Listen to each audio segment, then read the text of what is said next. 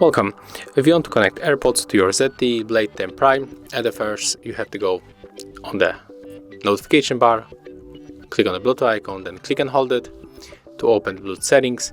Then we have to open charging case of the AirPods and click to pair new device. When they are going to pop right here in the available devices, we can easily click to pair.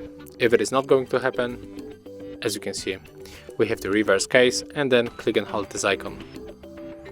So click, hold, then just go back and click pair new device one more time. Right now we can release the key because indicator is blinking on the white color, and here they are. So just click, tap pair, and as you can see, that's how we can connect AirPods to your ZTE Blade 10 Prime.